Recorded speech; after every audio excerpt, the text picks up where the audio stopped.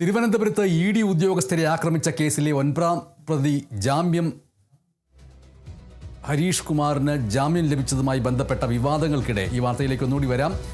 തിരുവനന്തപുരത്ത് ഇ.ഡി. ഉദ്യോഗസ്ഥരെ ആക്രമിച്ച കേസിലെ 9ാം പ്രതിയായ ഹരീഷ് കുമാറിന് ജാമ്യം ലഭിച്ചതുമായി ബന്ധപ്പെട്ട വിവാദങ്ങൾക്കിടെ അഡ്വക്കേറ്റ് ടി ഗീനാകുമാരിയെ ജില്ലാ പബ്ലിക് പ്രോസിക്യൂട്ടർ സ്ഥാനത്ത് നിന്ന് നീക്കി.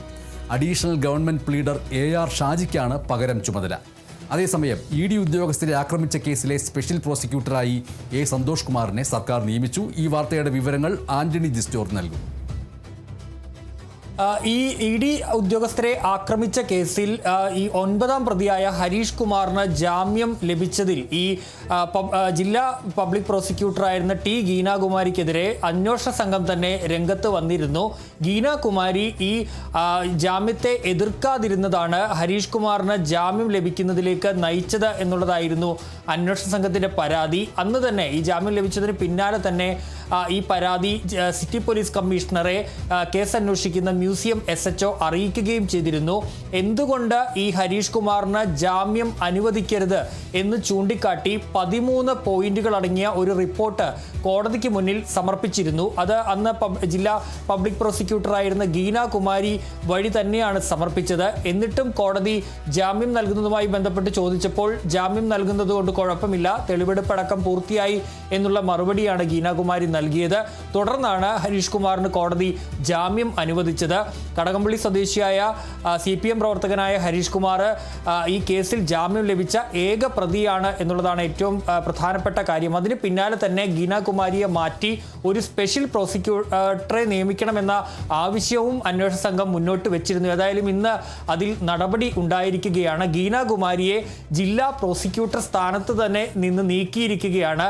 പകരം അഡ്വക്കേറ്റ് A.R. ഷാജിക്കാണ് ചുമതല നൽകിയിരിക്കുന്നത്. A.R. ഷാജി അഡീഷണൽ ഗവൺമെന്റ് പ്ലീഡറായി ജോലി ചെയ്യുകയാണ്. അദ്ദേഹത്തിനായിരിക്കും ഇനി ജില്ലാ പബ്ലിക് പ്രോസിക്യൂട്ടറുടെ ചുമതല ഉണ്ടാവുക.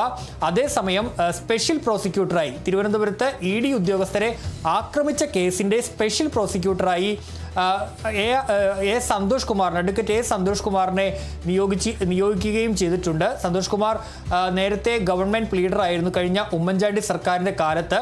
അതുപോലെ തന്നെ സോളാർ കേസുമായി ബന്ധപ്പെട്ട സോളാർ കമ്മീഷനിൽ ഉമ്മൻചാണ്ടിയുടെ അഭിഭാഷകനായും അദ്ദേഹം ഹാജരാവുകയും ചെയ്തിട്ടുണ്ട്. ഏതായാലും നാളെ ഈ 2 പ്രതികളുടെ ജാമ്യാപേക്ഷ തിരുവനന്തപുരം ജില്ലാ പ്രിൻസിപ്പൽ സെഷൻസ് കോടതി പരിഗണിക്കുകയാണ്. ഈ 12ാം പ്രതിയുടെയും 13ാം പ്രതിയുടെയും ജാമ്യാപേക്ഷകളാണ് പരിഗണിക്കുന്നത്.